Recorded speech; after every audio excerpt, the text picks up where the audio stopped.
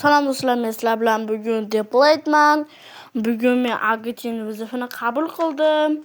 Bo'lmasam boshladik PvP jangini.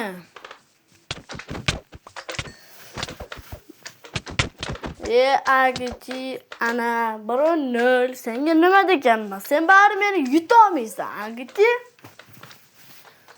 O'ltirib qo'y, Agiti, meni tezroq jon to'latdi do'stlar.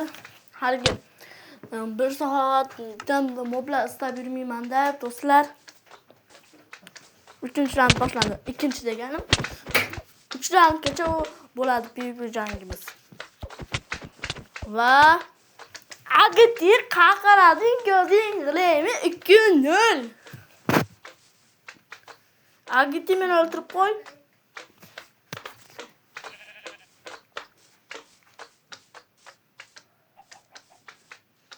O'ltirib qo'y, Agiti.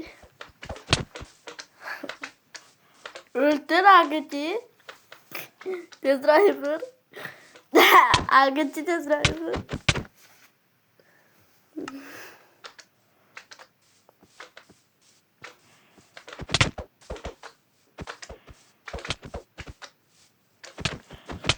Uchinchi round.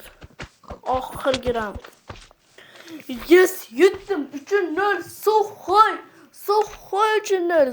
Zo'rman-da, zo'rman. Menman-da bu. Menman.